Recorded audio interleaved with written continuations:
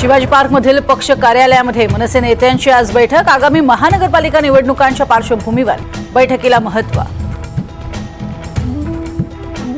माजी खासदार इम्तियाज जलील आज संजय शिरसाटांविरोधात कागदपत्र एसीबी ऑफिसला देणार, तर शिरसाटांवरती चौकशीचीही करणार मागणी।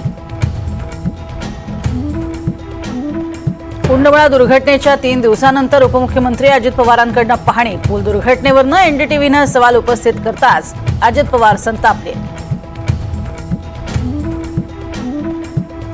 नाशकात ठाकरेंच्या सेनेला मोठा धक्का। सुधाकर बडगुजर आणि बबन घोलपांच्या हाती कमळ। चंद्रशेखर बावनकुळे तसंच गिरीश महाजनांच्या उपस्थितीत बडगुजरांचा भाजप प्रवेश।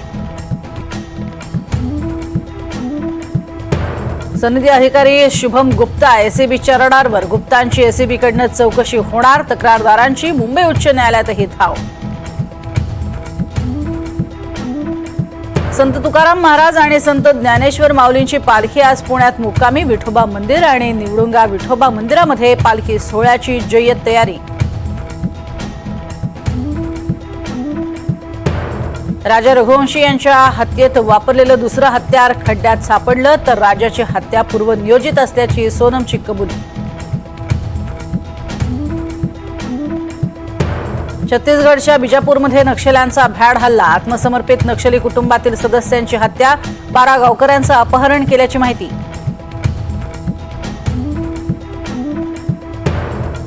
भारत आणि कॅनडामध्ये उच्चायुक्त पुनर्स्थापित करण्याबाबत करार। शिखर परिषदेत पंतप्रधान नरेंद्र मोदींची जागतिक नेत्यांसोबत चर्चा।